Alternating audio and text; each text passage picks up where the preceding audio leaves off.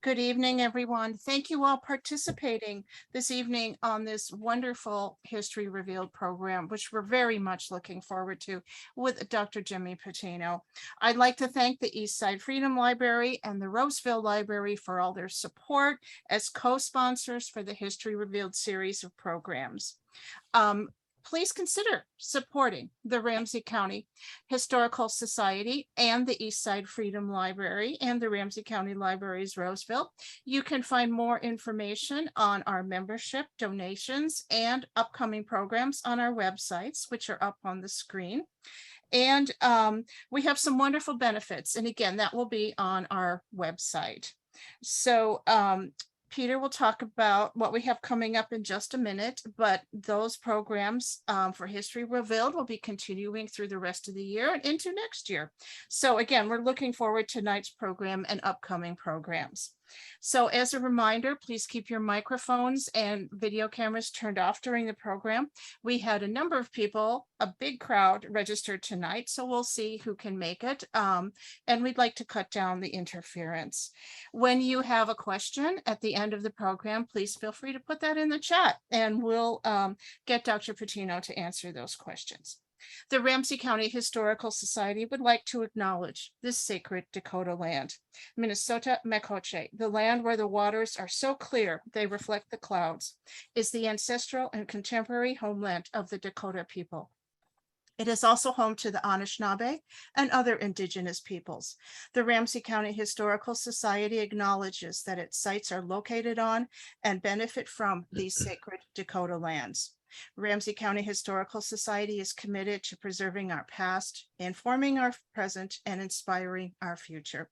Part of doing so is acknowledging the painful history and current challenges facing the Dakota people, just as we celebrate the contributions of Dakota and other indigenous peoples.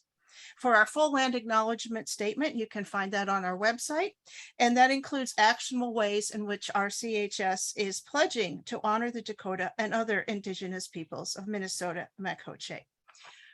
We are committed, all of us, the Ramsey County Historical Society, the East Side Freedom Library, and the Roseville Libraries are committed to presenting the stories and histories of all in our community, and we're so pleased to bring you tonight's program. So throughout 2022, we are working to bring you programs focused on our series Making Minnesota, which explores the often untold stories, histories, and experiences of some of the worldwide immigrant, African-American, and indigenous communities that make up our most diverse county, Ramsey County.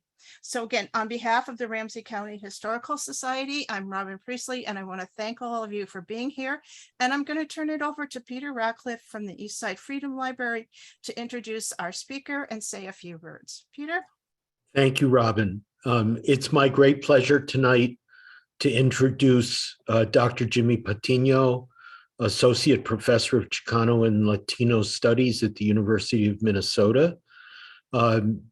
Some years back, Dr. Patino presented his book, Raza Si, Migra No, Chicano Movement Struggles for Immigrant Rights in San Diego, which was published in 2017.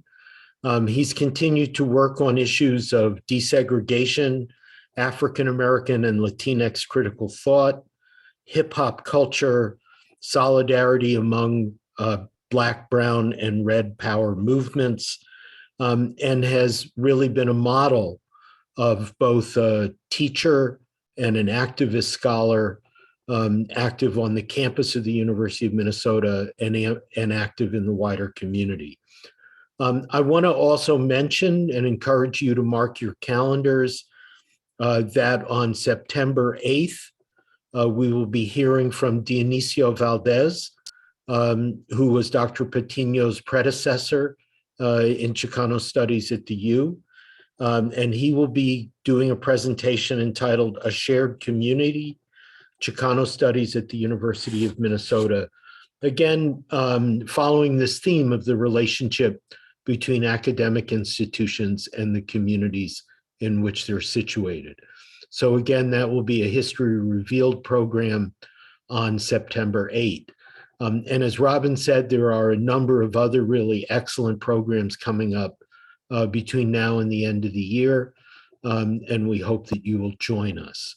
So I'm going to turn things over to Dr. Patino and shut off my video and shut up my mouth and let him educate us. Go for it. Thank you so much, Peter, and thank you, Robin, for the introduction. Let me pull up my PowerPoint here and get going. Let's see. Okay.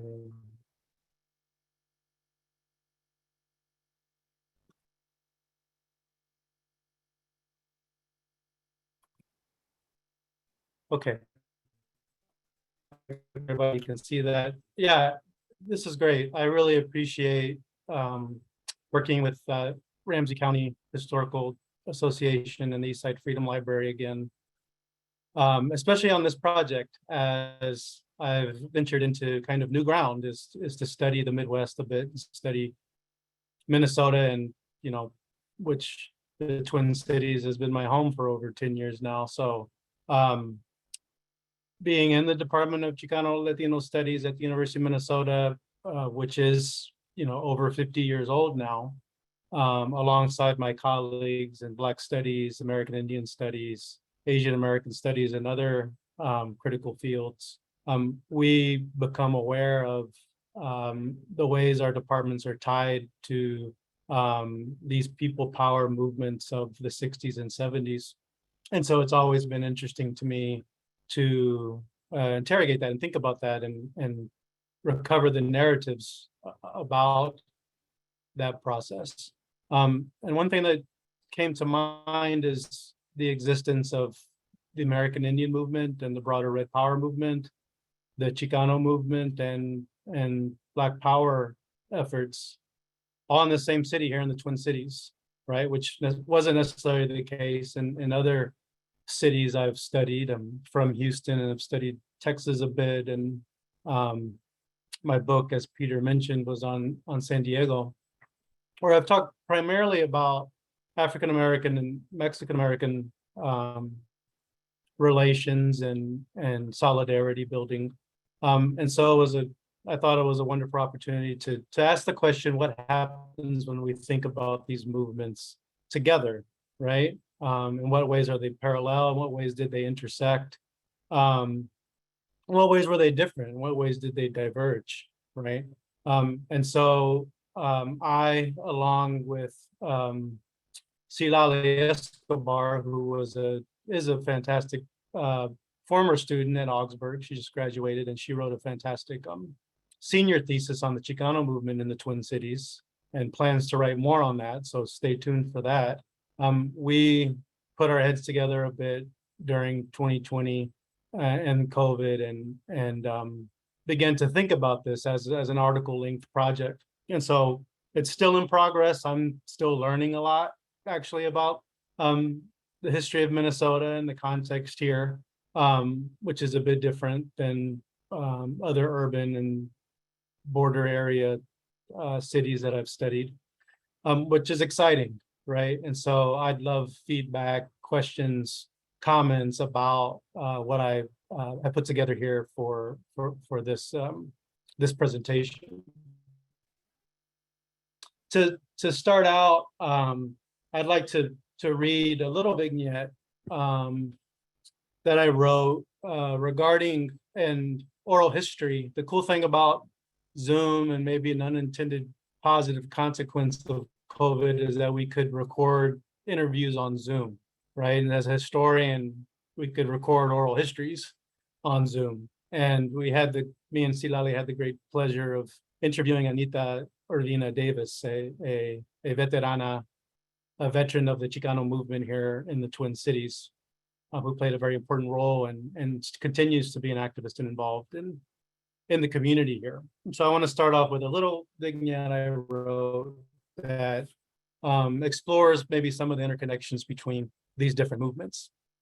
Anita Urbina, an organizer of the Centro Cultural Chicano, the Chicano Cultural Center, remembers growing up in North Minneapolis among a small but close group of Mexican families that grew up alongside, especially their Black neighbors and community. Centro Cultural Chicano was a site in which Mexican folk dances, music, and culture were celebrated, taught, and reinfused. And while not directly overlapping with similar Black cultural spaces, they drew inspiration from one another in diverse neighborhoods in places like the North Side. The Centro Cultural Chicano, as I'll talk about more later, was initially located in the North Side.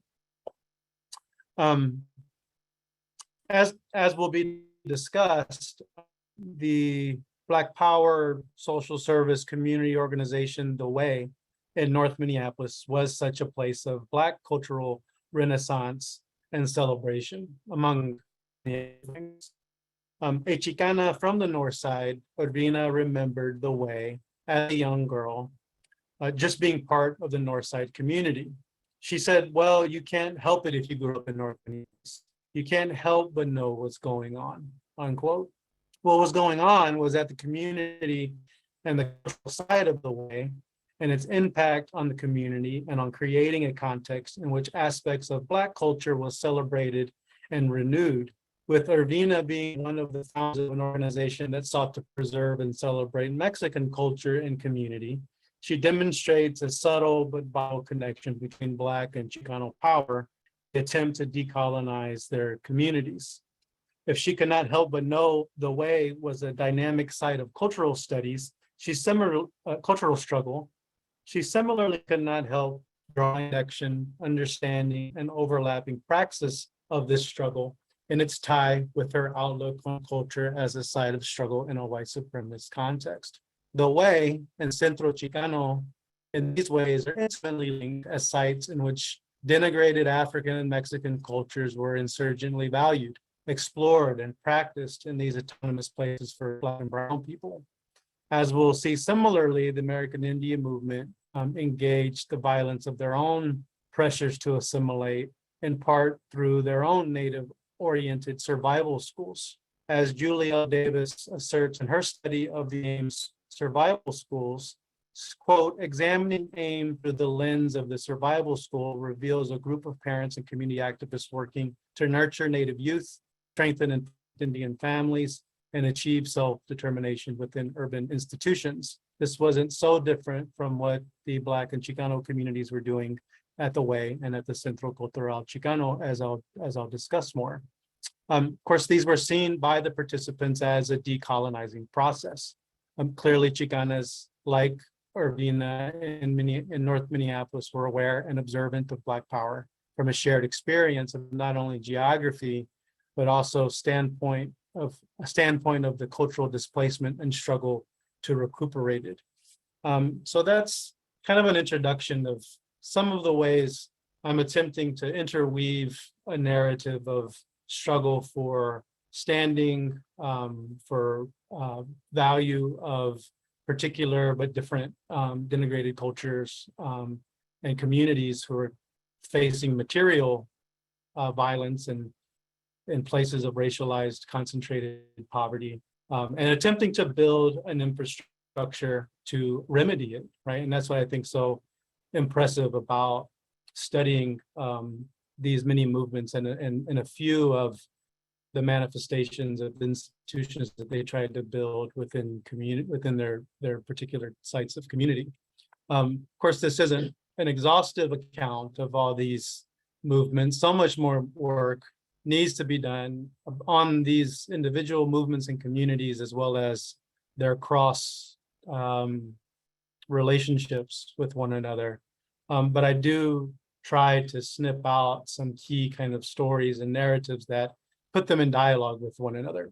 The way, the framework I kind of do that with is something that many scholars have called relational ethnic studies, or a lens of relationality, right? Where this framework asserts that racialized groups in particular and the processes that produce their realities are, as Asian American scholar Claire Jean Kim asserts, mutually constitutive, right? They're notions of who the Black community, the Latino community, the Native community are changed through time in the historical process, where they're not only gaining their recognition or being denigrated by the dominant culture, but also being constructed in relationship to other racialized communities, right?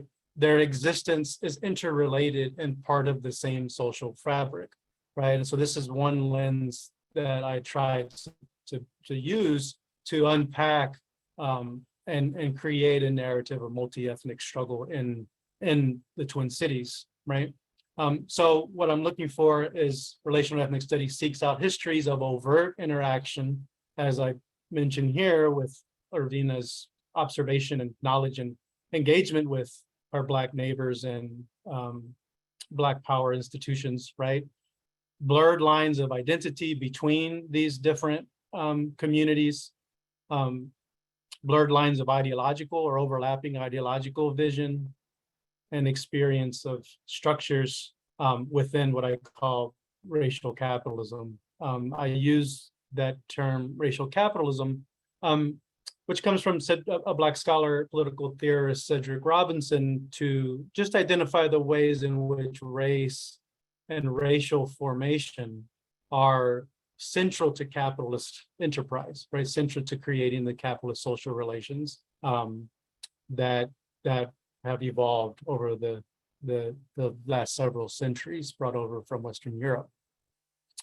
So that's kind of the framework, right? And so one thing thinking about these groups together does is allows us to take a step back and think about the history of this particular place on Dakota land and its evolution through time, and how anti-Blackness, settler colonialism, anti-Mexican sentiment are tools and technologies in which the social structure was and is created, right? And so it kind of gives a different, it begs us to ask the question of how do these different racializations, plural, create the power structures that exist today, right? And so, you know, one quote used to kind of think about this is from historian Natalia Molina and Daniel Martinez Hosang, who say when distinct racial projects are analyzed within the same field of meaning and power, new insights are revealed about the nature of those projects and broader field of racial transformation in which they take shape.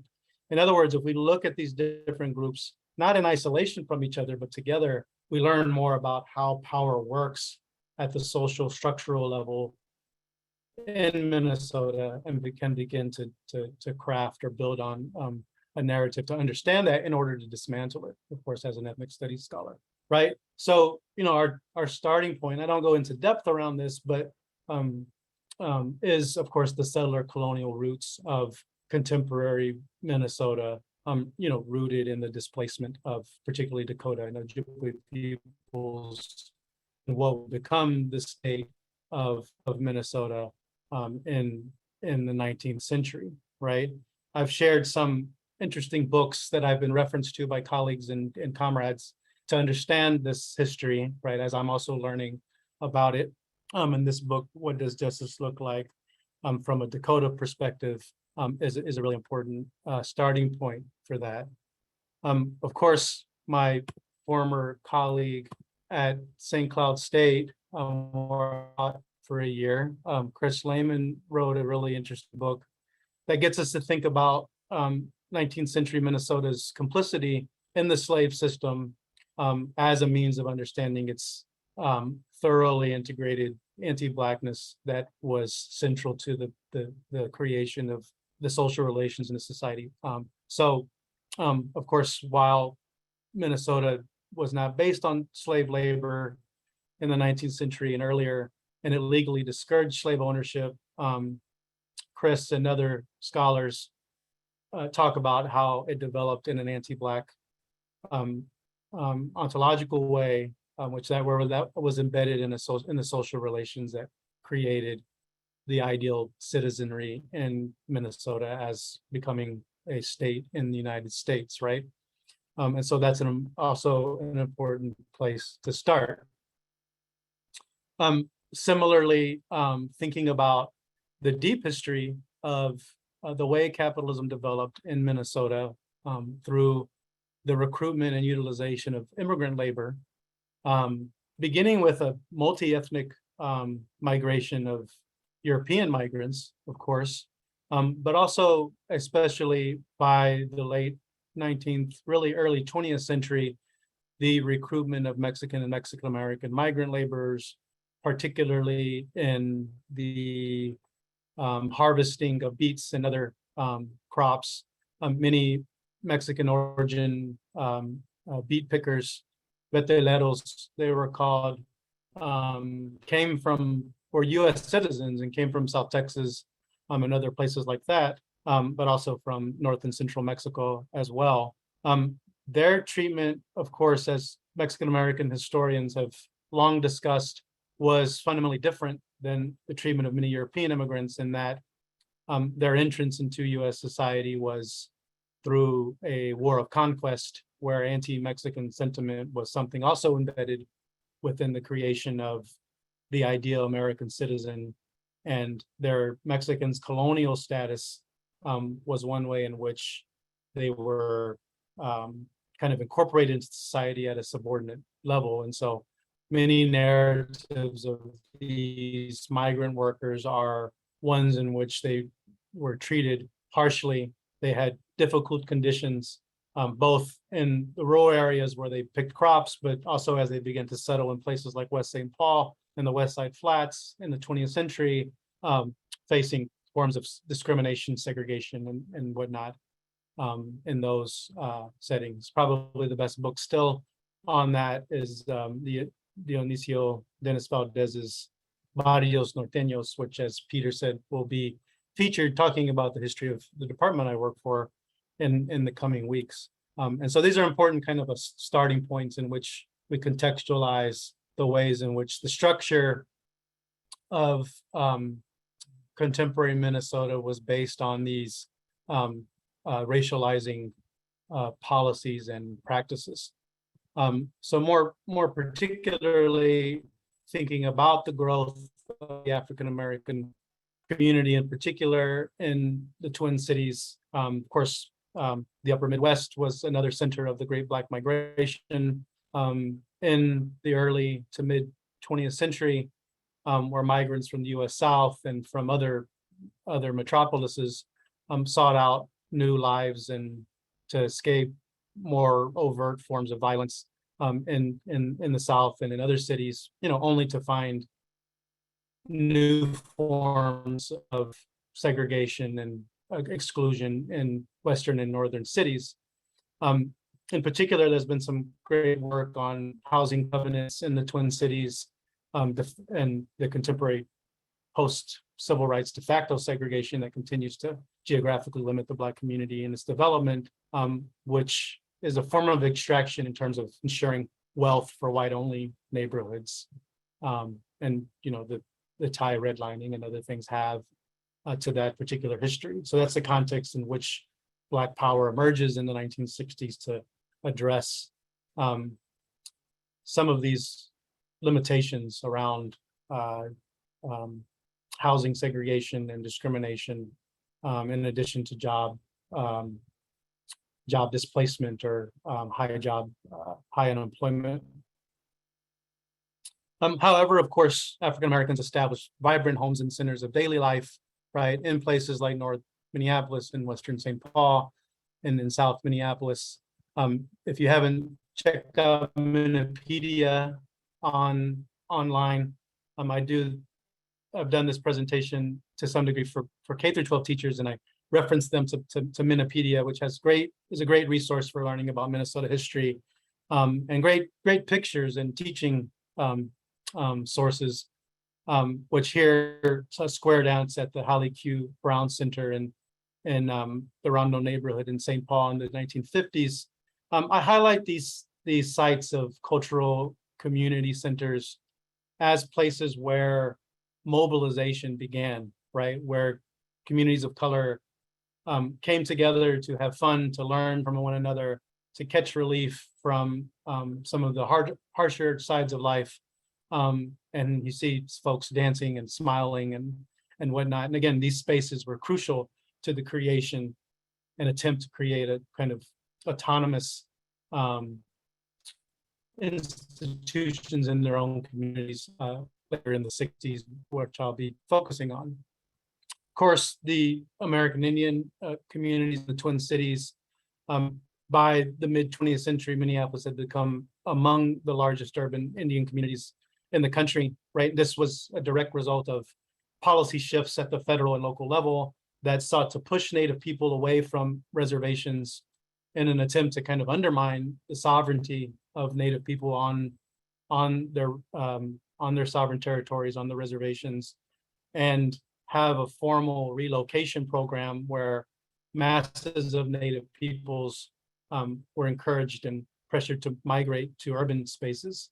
Of course, the Twin Cities there were formal relocation sites. The Twin Cities wasn't a formal relocation site. However, it was an informal one, surely, as the Native population grew exponentially at this time.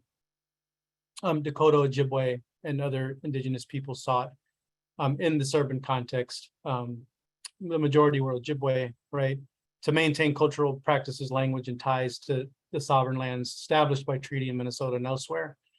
And they adjusted to an urban environment, of course, again, with concentrated poverty, racist treatment, and underemployment. And some of these struggles, we'll see the ways in which they overlap amongst these different racialized groups in the urban context, right? And this is where we can begin to think about them coinciding, at least in a parallel way, in their struggles for autonomy and power, as well as intersecting in certain ways out of these shared struggles, right? I'll talk more about the survival schools a bit. Here's some images from one of the American Bible schools, the Heart of the Earth Survival School that was in Phillips neighborhood in Minneapolis. Or actually, it was near the University of Minnesota area, I think in its latest iteration. But again, creating community space, folks smiling, educating children, and really, as I'll go into, countering the violent assimilation that was directed at Native peoples in this context, in this situation, and trying to retain and maintain and expand their cultural practices, and address some of the material struggles that they were embedded in the Phillips neighborhood and other places in the cities. Finally, contextualizing Mexicans in Minnesota, again, as I've mentioned, they were recruited initially in the agricultural industry. By World War II, they begin to gain some industrial jobs or service jobs in urban areas, and to settle more permanently in West St. Paul and other areas of the Twin Cities. Of course, the West Side became the first barrio, the first Mexican-American neighborhood, and continues to be a major cultural center of Chicano and Latino culture, right? And so here's an image from Minnepedia again, and actually this is from the Minnesota Historical Society, of the Lady of Guadalupe Church. The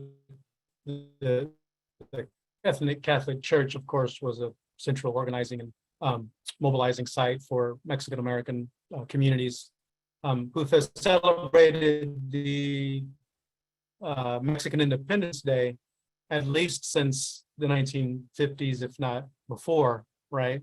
And here's a preparing of food and whatnot. The Cinco de Mayo celebration in West St. Paul is still a very important celebration that comes out of this history as well, that I'd encourage folks to check out. So again, to think about these the Red Power, Black Power, and Chicano Power movements together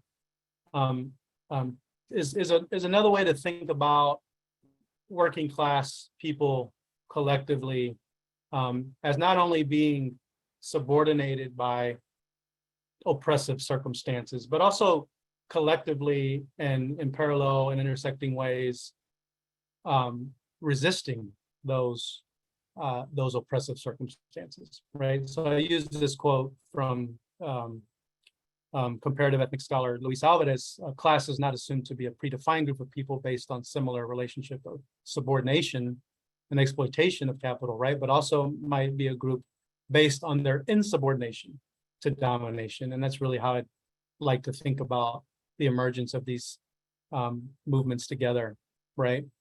What I think these people power movements shared in common were a notion of self-determination, an attempt to collectively unify as a racialized working class community, and gain control of their own communities and solve their own problems in an autonomous way, right? That's one way in which self-determination might be defined loosely across groups, although these groups, of course, have different histories, and also applied Black, brown, and red power in different ways tied to their particular historical trajectories and issues, right?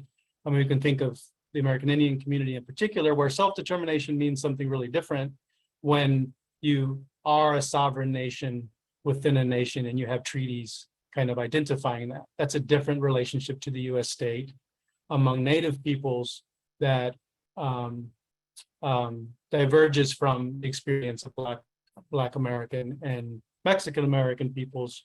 And so those are also some differences that exist. But one way self-determination and these power movements may be overlapped in their conception of the activity, the self-activity that they've created, was to gain autonomy and build institutions to solve their own problems, right? And so that's one way to think about it, with the caveat they're also very different in terms of their particular experience and histories and conditions, right? In regards to those overlapping conditions, right? Again, the urban context kind of put them in dialogue because they were really, in many ways, struggling against some of the same social forces.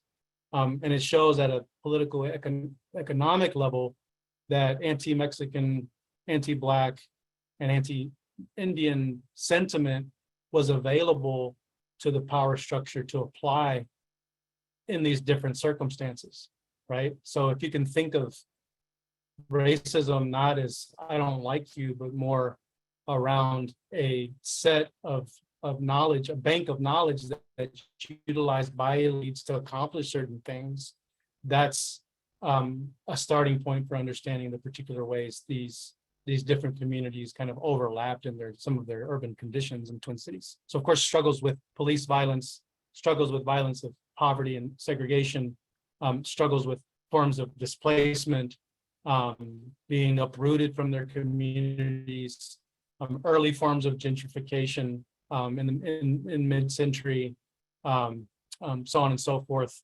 As I've alluded to, probably the main thing we've so far talked about in this research is overlapping struggles against assimilation and kind of affirming their cultural difference and countering a colonial education that was undermining or devaluing their cultures and practices and their identities.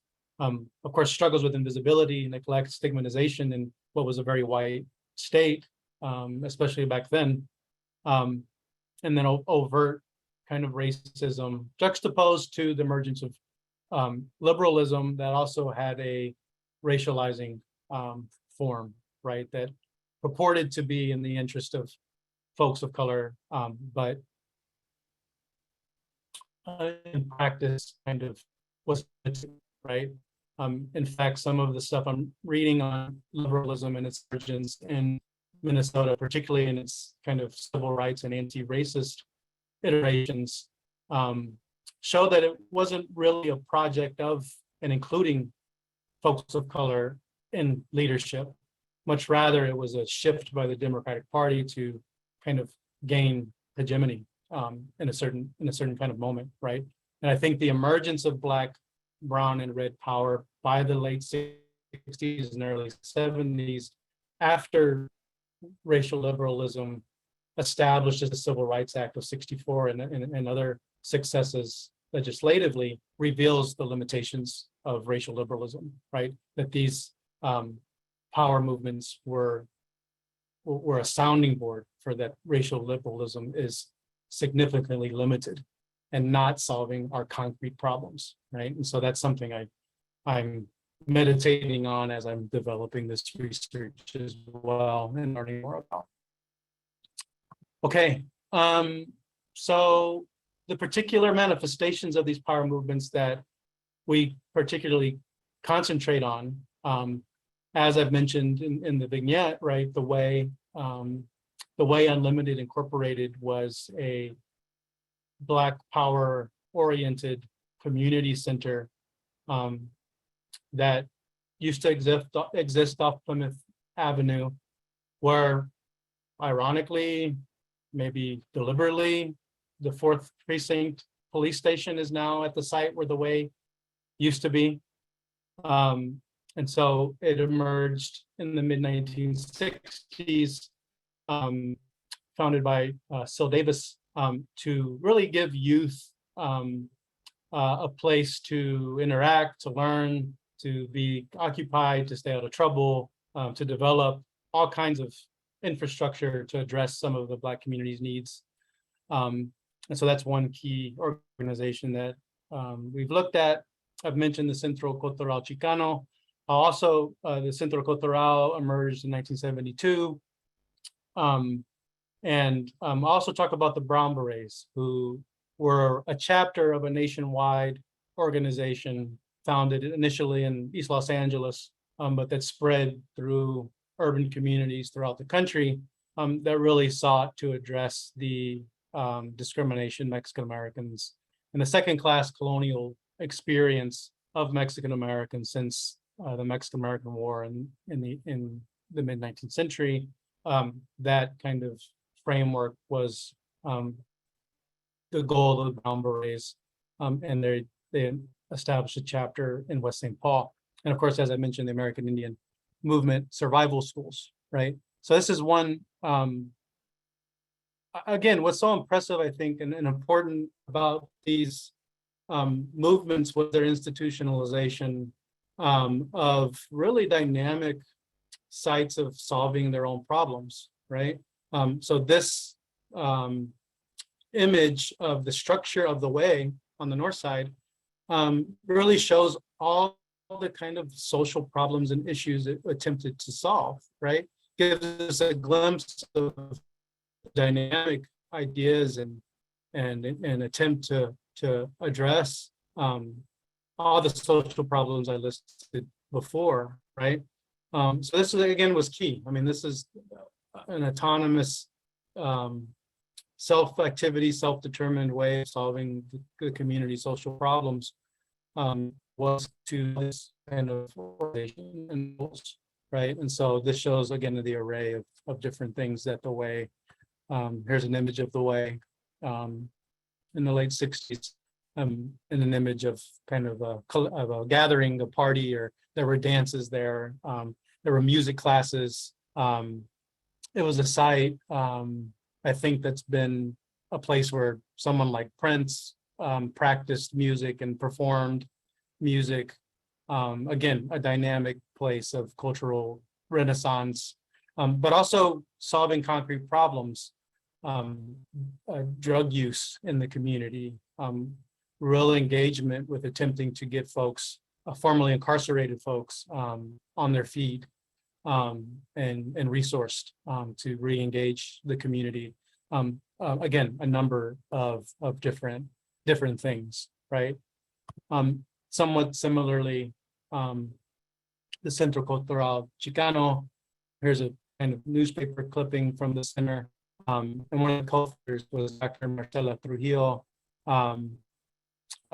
who taught at the University of Minnesota and was also very much involved with the founding of the Department of Chicano Studies, now the Department of Chicano and Latino Studies, in the 70s, and also wrote a number of different poems and analyses really an early proponent and inventor of Chicano feminism. Hey Chicano boss man, don't tell me that machismo is part of our culture is an excerpt from her poems, kind of calling out the sexism within the movement and its kind of contradictory existence in a movement that was for social justice. And so she was a very important part of this. Silali's work has really unpacked her thesis on Mexican-American women in the Chicano movement in the Twin Cities, I think will have an important impact and teach us so much more about that movement. But her involvement in the Centro was vitally important. So cultural revitalization, right, and cultural renaissance, countering the colonial education system is really important to kind of some of the overlaps and parallels that existed between these different groups. I'd like to read another brief excerpt from some of the writing that we've done, where kind of addressing police violence and safety concerns in the community were also things that overlapped and intertwined with one another. And the creation raised in the movement patrol in South Minneapolis, and the existence of two kind of safety organizations and police groups that observed and kind of policed the police in many ways. The Soul Force, which is a formal part of the way, and the Black Patrol, which was a more interventionist and armed group of African-American activists in the North Side, in many ways akin to the Black Panther patrols that existed in other cities at the time. And so, so a brief excerpt from that in ways we can maybe intertwine these histories to tell a multi-ethnic narrative. I start with my interview with leader of the Black Student Organization, the Afro-American Action Committee at the University of Minnesota. I interviewed Horus Hundley actually for the East Side Free Library just before COVID hit, which was a wonderful experience to learn from Horus, who became also a scholar of Black labor. But as a founding student activist who found Black studies at the University of Minnesota, he remembered, quote, "We had been involved with the American Indian movement, very closely associated with them." He said, anytime we had something going, we'd always call on them. When they had something going, they'd call on us. There was in the Franklin Avenue area, a lot of poverty. People had been brought in from some of the reservations. There was always something that needed attending to. And there was a relationship between a few of us on campus and the Native Americans. We cooperated in several ways, he says. And so as a student, Hundley recalled that his relationship with AIM and the indigenous community off Franklin Avenue was but an extension and part and parcel to the community grassroots practice of the student movement and the Black struggle at the time. It was vitally important for the student movement to be tied to these community-based institutions that existed at the same time, right? And so connecting to AIM was just a part of this kind of commitment to tie the student movement to the community for Hundley, right? In this way, solidarity was a means of being at the service of the most oppressed and struggling among us, and that this extended to other racialized groups. As Hundley recalls the concentrated poverty in the Native community that AIM and others were at the forefront of battling, to be able to, as he puts it, call upon us and quote unquote call upon them, right, was the language of solidarity, right? Possibly due to the small numbers of non-white activists in the Twin Cities, but also out of the consciousness of the movements that evolved, considered a kind of third world or decolonial perspective that was aware of the ways in which white dominance and racial capitalist structures held its particular pressures on different groups in different ways, but that they recognized, in this case, in the Black community's own repression, right? They saw their own oppression in others' oppression, the way Horus and others have put it. In a more recent article in the Washington Times, Ojibwe scholar Katrina Phillips recalls the history of the American Indian movement struggle against the police, against police violence, and how this tied to a longer relationship with the Black community. She's writing in the wake of the recent unrest over the police murder of George Floyd, of course, recently, and how the AIM Patrol still exists in that moment as well. Minneapolis Northside raised scholar Camille Maddox highlights the co-creation of and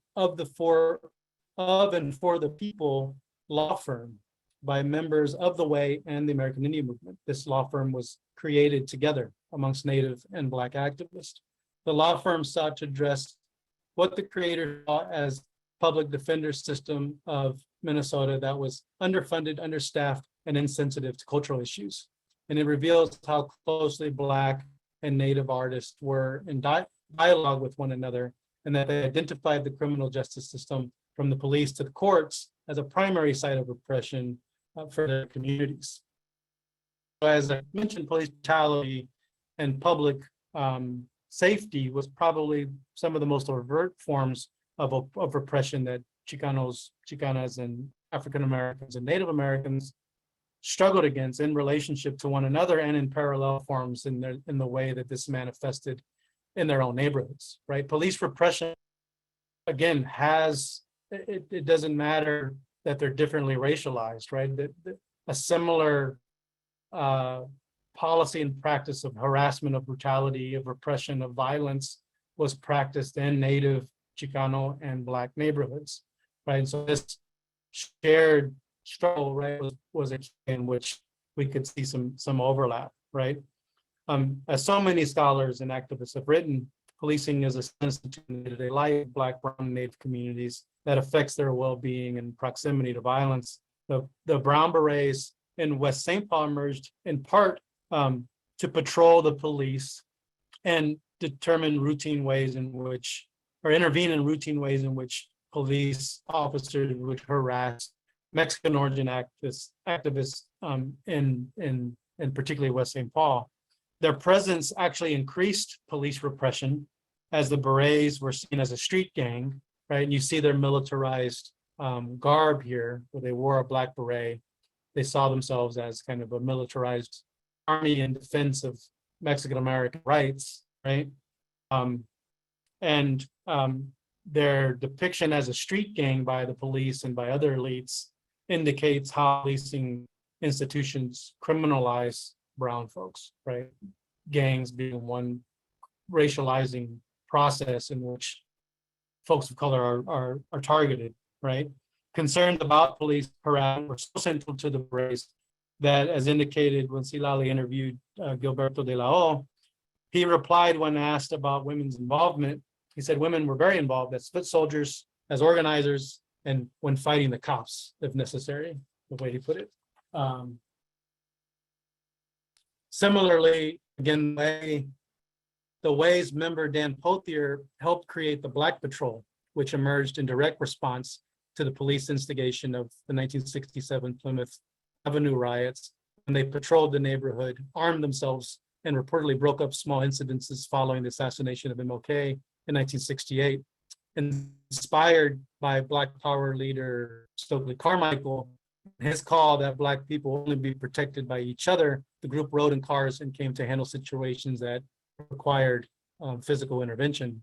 The Black Patrol at times worked to prevent violence in the community when the police failed to show up to implement some community control over law enforcement. Other times, there's indications that they worked with the Minneapolis Police Department.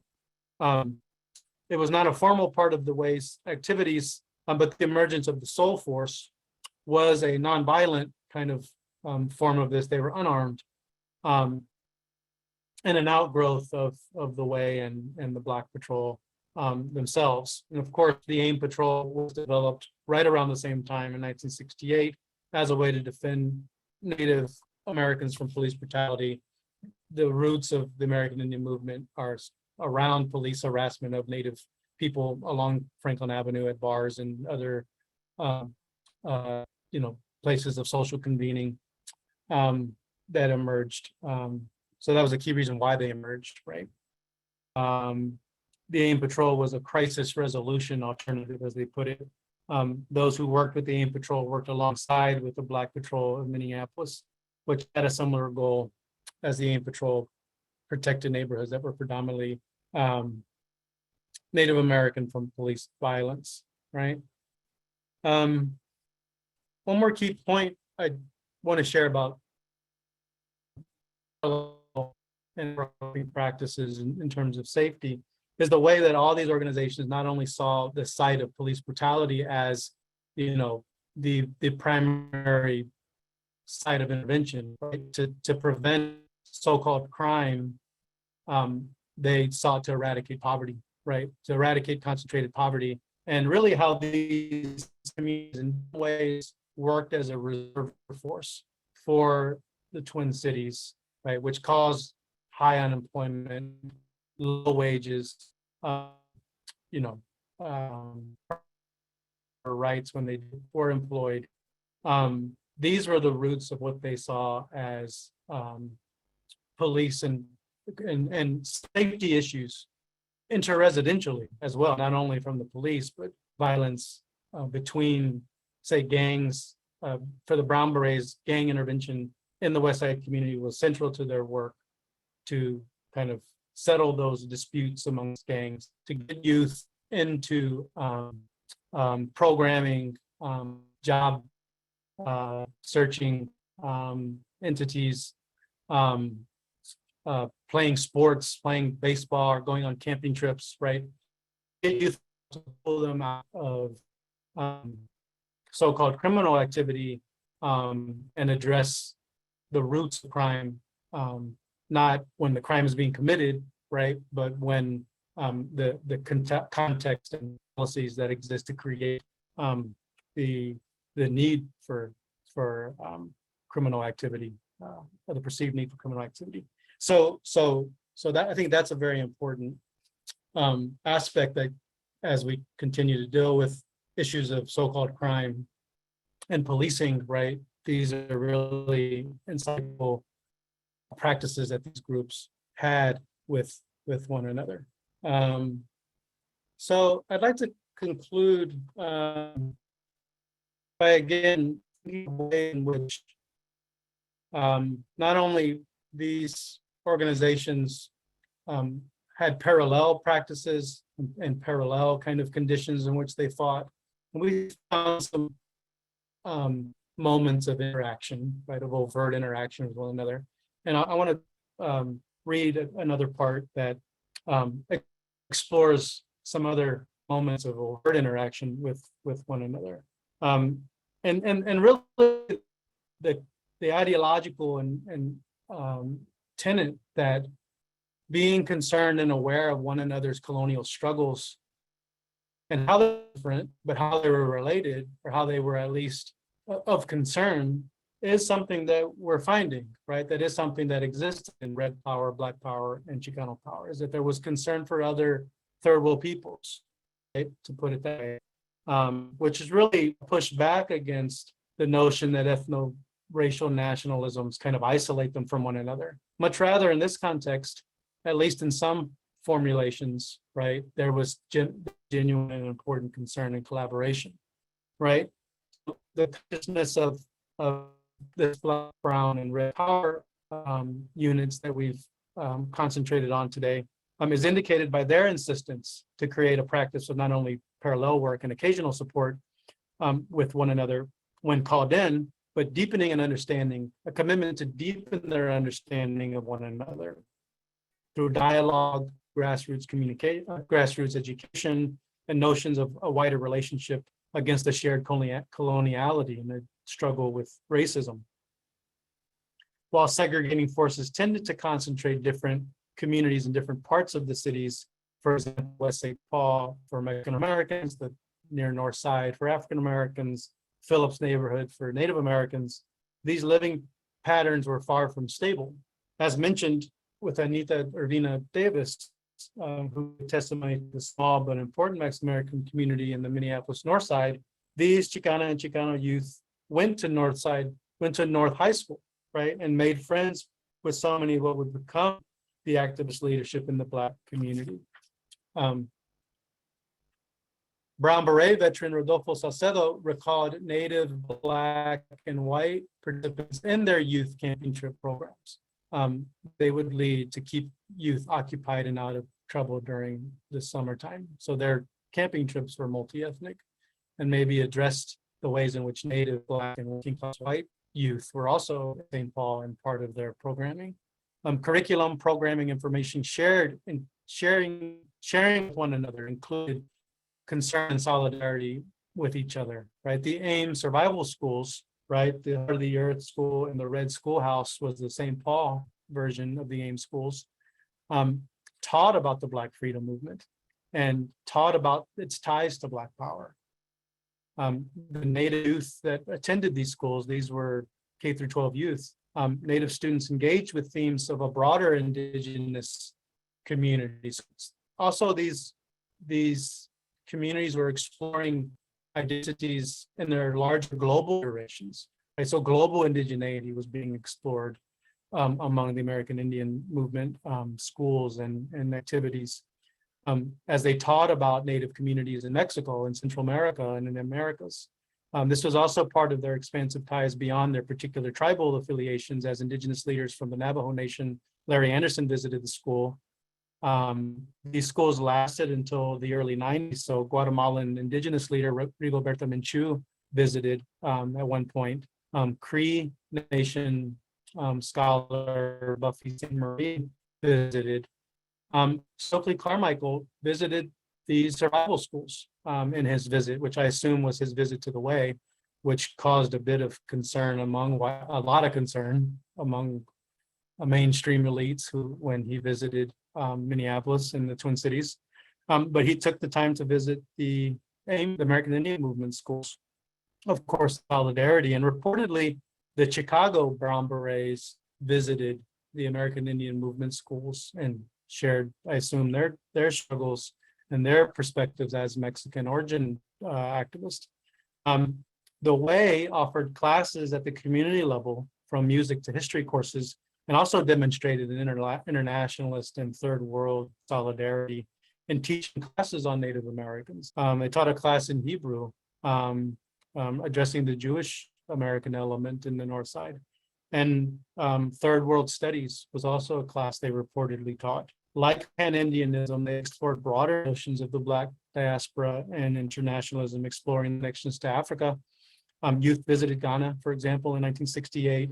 And I think this broader diasporic notion encouraged a third worldist practice and interest in, and really a political commitment to be aware of the diversity of peoples that held maybe similar and overlapping anti-colonial struggles. As the Way's educational director, Mamu El-Kati, reveals a sentiment of solidarity when he depicts the Way as, quote, the one place where different groups, Black, white, and red, Christian, Jews, and Muslims, those living high and those living low, could need and look at one another. Yes, the lowest, the least, and the lost, and the rich people who could still claim a human face held communion, at the way El-Kati put it. So while his quote is aspirational, right, and where the lowest among us kept precedent in the practice of Black power there, El-Kati's words reveal the simultaneous centering of the Black experience alongside the notion of communion and solidarity at the same time. So I think that may be a good stopping point, an opportunity to open it up. I'd love to hear feedback, questions, concerns that folks may have. Thank you so much for listening, and yeah, look forward to dialoguing with you.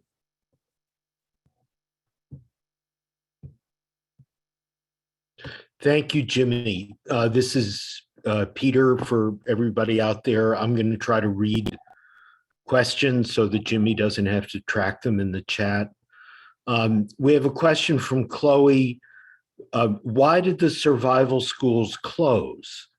And are current schools like the Center School directly connected to them?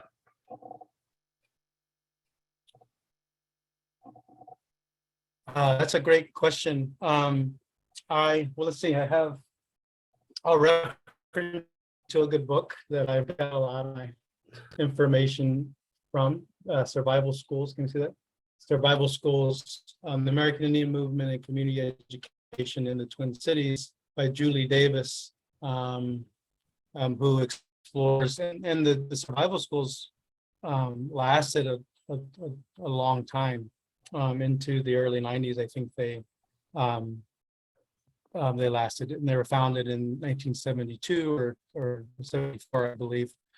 And so, I mean, one of the struggles with the survival schools and with these autonomous spaces more broadly, thinking about the way and the Centro Cultural Chicano as well, excuse me, there were always struggles for funding and resources, which always made things kind of challenging. There was a time where the survival schools were, and was something that really allowed them to take off, were that they did receive funding from the public school system at one point and from the state education system. And so that really helped, of course, resource them and operate them. The decline of kind of public support for schools generally, a lot to do with the struggles the schools had to kind of stay intact. So this was a problem with so finding resources and funding sources was often challenging. I think, I would refer to the book for a more precise kind of reason on the decline of the survival schools. But there was also, by the late 70s and early 80s, this shift to kind of a more professionalized nonprofit sector that kind of catered to social services, which kind of, in some ways, I'm getting the sense marginalized the more politicized approach that these grassroots activists had, right? So in other words, getting funding from formal nonprofits like the United Way required a kind of professionalization that maybe depoliticized the social service.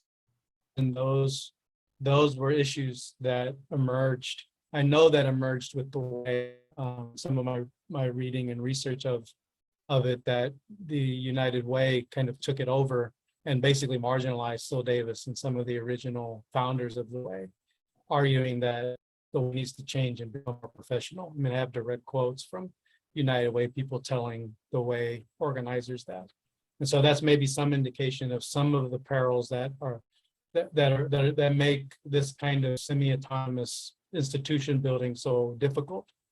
And there's, of course, also ongoing Indigenous education centers and community-based social service and whatnot that do have roots with maybe not the survival schools in particular, but definitely the American Indian Movement and their broader kind of attempt to institutionalize some of their community problem-solving institutions. I'm forgetting the name of the law firm right now, but that law firm, the aim and the Way collaboration to create basically a people's kind of law firm, it still exists, right? And it may be called the People's Legal Center or something like that. But that still exists. Many of these institutions still exist. The Centro Cultural Chicano, as Hilali writes about so eloquently, became Centro Tyrone Guzman, which today is a social service agency that serves the Latinx community in South Minneapolis and whatnot. So many of these institutions, to riff off your question and expand it to some of the other entities I look at, did create kind of a foundation for the continuance of kind of serving the community in some ways, but as mentioned with the nonprofit sector and whatnot, not without its kind of challenges and difficulties. Thank you. Tess has raised a question about the framing of this whole story characterizing Minnesota as a, quote, labor-friendly and liberal progressive state, unquote. And I wonder, Jimmy, if you might back out to the larger frame. And I think some of what you've just said about how the rise of social services and other kinds of institutions have absorbed, co-opted, limited some of this activism that you've been talking about. But I wonder if you might say a little bit more about Minnesota's political history in particular and how that has impacted these struggles for Black, Brown, and Red power. Yeah, that's a great, and I think something that really provoked our interest in these movements in Minnesota is, the idea that, and the reality that, Minnesota was the center of the emergence of kind of the civil rights liberalism. If you think about the Hubert Humphrey, the Mondales, different kind of democratic liberal leaders, really advocated and instituted some of the legal framework for implementing civil rights guarantees or civil rights legal changes. And again, I don't know if it's an irony or it's something that we need to interrogate, right? Because again, I think the very existence of these power groups indicates I don't even want to call it failure. I don't think it was a deliberate failure. I think liberalism was in and of itself never meant to serve, and hold in leadership, particularly African American peoples who were at the center of liberalism, right? And then these other groups kind of fit in kind of an afterthought in kind of liberal discourse. Much rather, the liberalism built was meant to, navigate and manage the emergent civil rights movement at a national level. And Minnesota was one interesting place that emerged from. But I think where I start with these, with the violent roots of Minnesota history in, the Dakota War, in kind of anti-Black violence, complicity in slavery, the agricultural complex, exploitation of immigrant labor.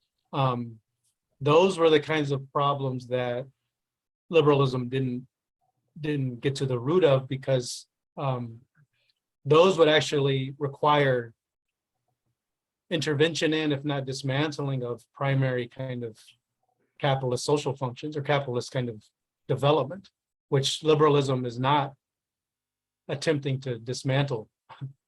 The industrialization and broadening of and growth of a capitalist economic system, right? And so it took these movements to, one, the suffering that people were undergoing in the way that people were dislocated again to urban spaces, not provided with the social needs that folks might need in such a shift and migration, and to be left kind of struggling in an area of concentrated poverty.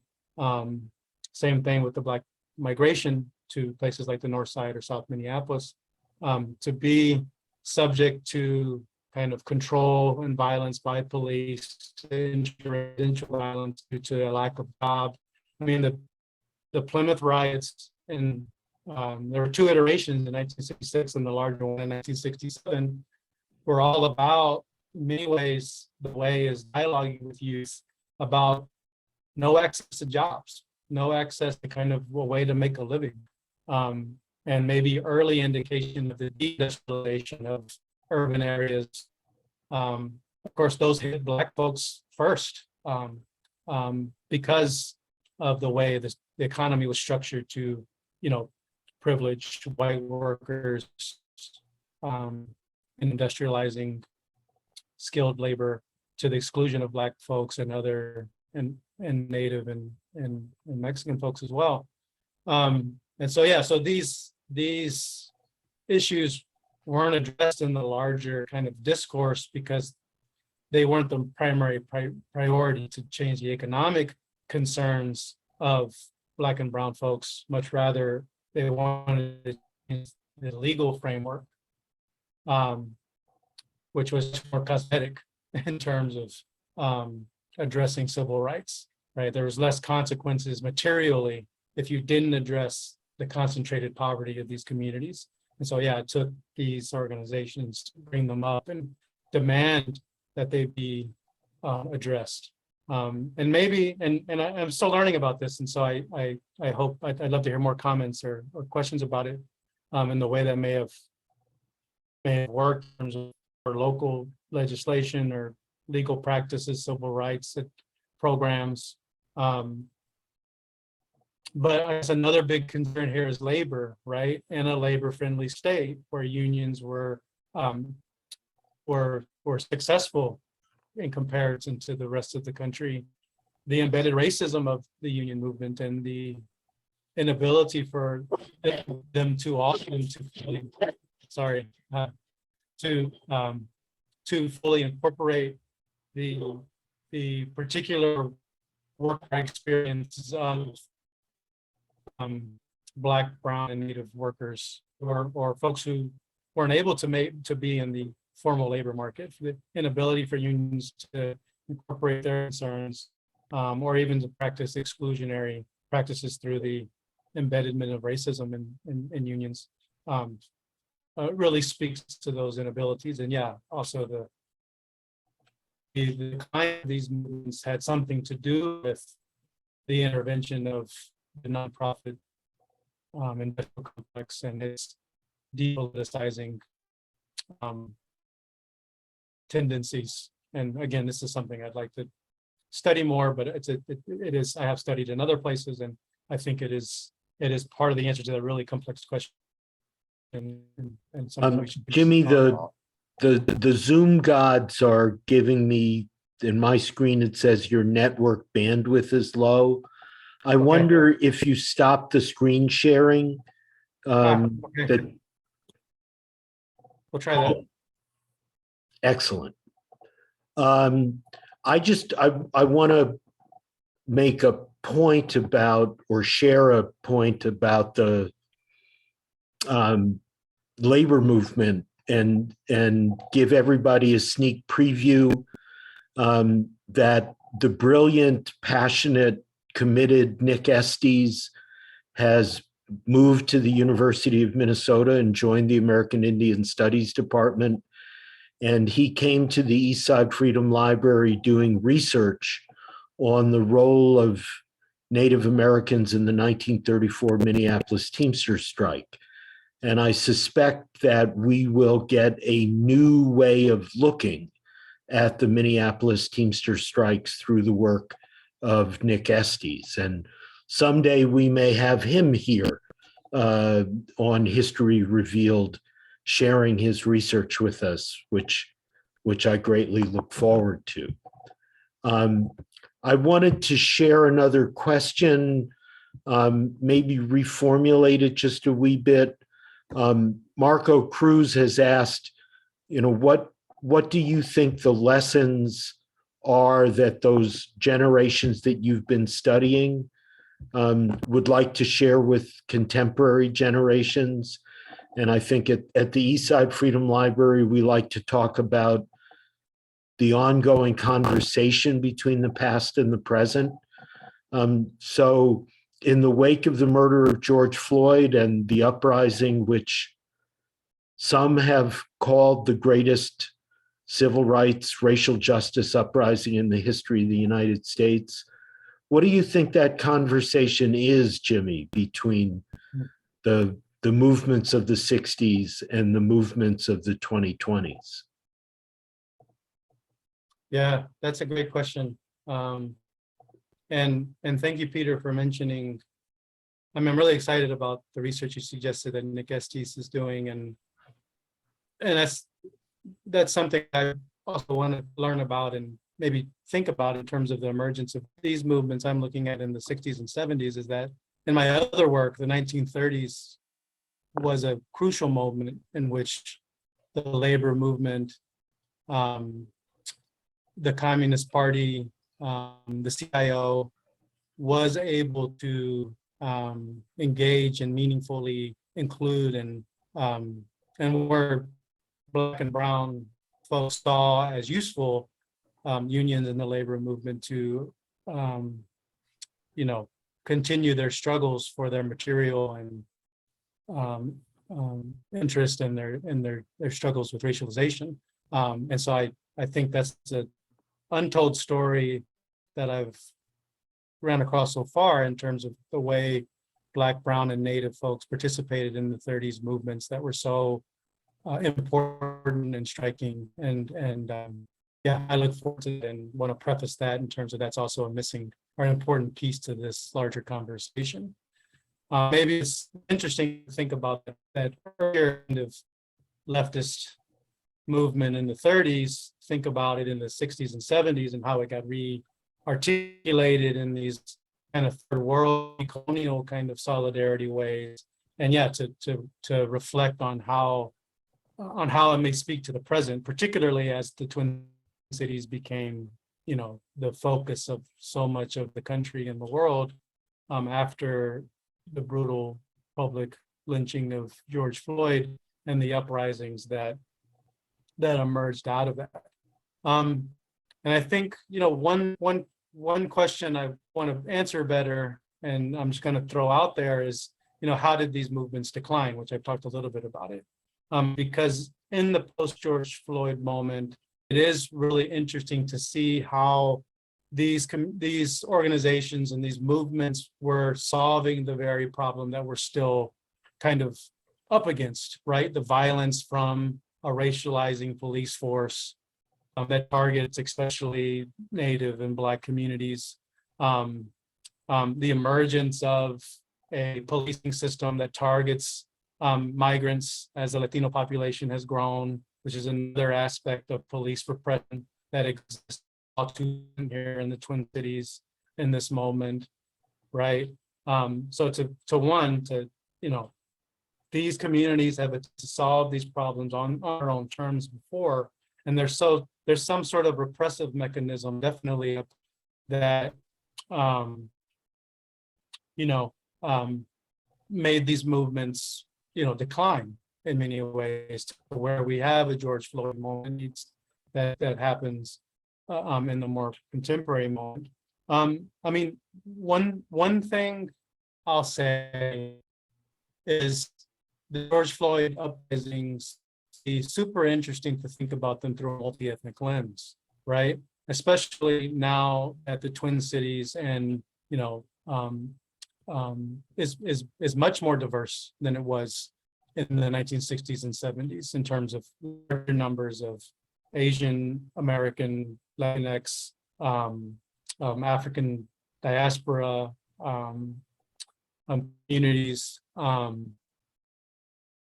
And yeah, so what does a black-white lens doesn't work in this context, right? Even though anti-blackness is central to us, our understanding of it. And so some of the tensions that were created between immigrant businesses and the uprising that were kind of destroyed, some of the businesses that were destroyed, I mean, those points of tension, I think, need to be reframed and understood and unpacked in order to build solidarity and understanding between the forces that do that.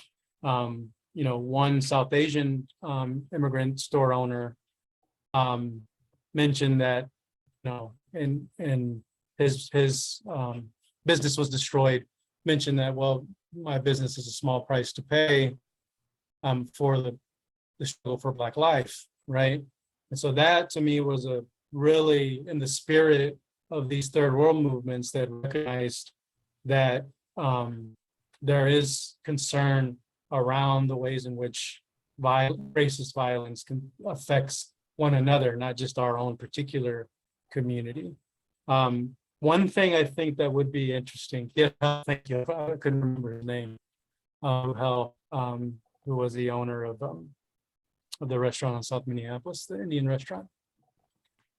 I think another thing is these people power movements were working class movements in terms that they had tensions with their own middle classes and their own elites within their communities, right? So maybe today where we may look at other communities and ask them to explore their internalized anti-Blackness or internalized anti-Indian or settler colonial sentiment, which is important to do, right? All our communities need to do that.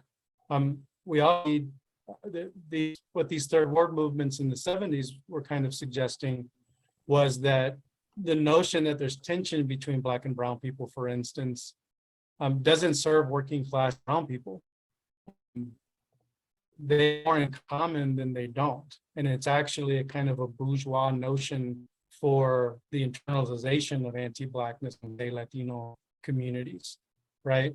So rather than a kind of confession of anti-Blackness that the Latino community kind of articulates, these movements were much rather taking positions that we are a colonized community too, and anti-Black is counter to our well-being, but because we're in solidarity with our Black and Native comrades, right? In their own struggle with the same coloniality that we're in struggle with.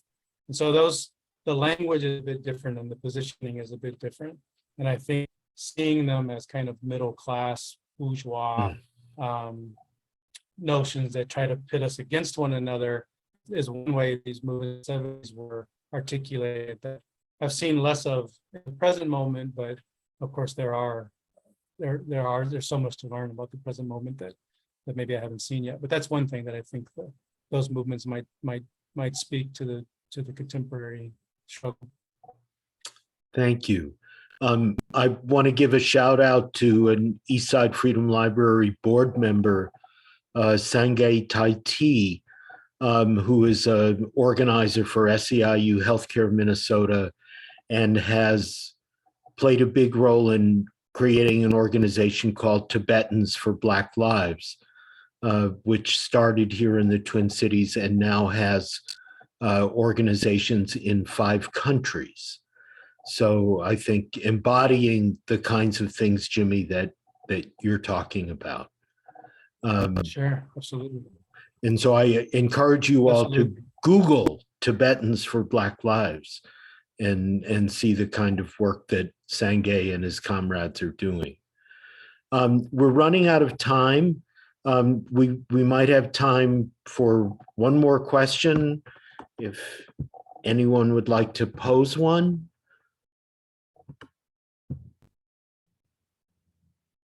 Or we can draw the evening to a close. I want to thank Jimmy, Professor Patino from Chicano and Latino Studies at the University of Minnesota. And thank you all for coming. Remind you that there will be a video available on the YouTube pages of both the Ramsey County Historical Society and the Eastside Freedom Library for you to share with your comrades who could not join us tonight. And I also want to remind you that on September 8th, Dionisio Valdez will be joining us to talk about really the impact of these struggles that Jimmy's been talking about tonight, their impact back on the academy in the development of Chicano studies at the University of Minnesota. And please stay tuned for more events like these being co-sponsored by Ramsey County Historical Society, Roseville Public Library, and the Eastside Freedom Library.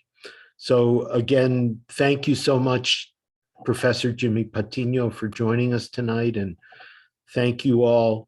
We didn't have to get out of our pajamas to participate in this. So thank you to Zoom for that. We didn't have to get wet in the rain. Thank you, Robin Priestley. Thank you, Judy Woodward. Thank you, Clarence White, for helping to make this happen this evening. Stay well, Thank you, everybody. Thank you so much. Thank you, Jimmy. Stay well.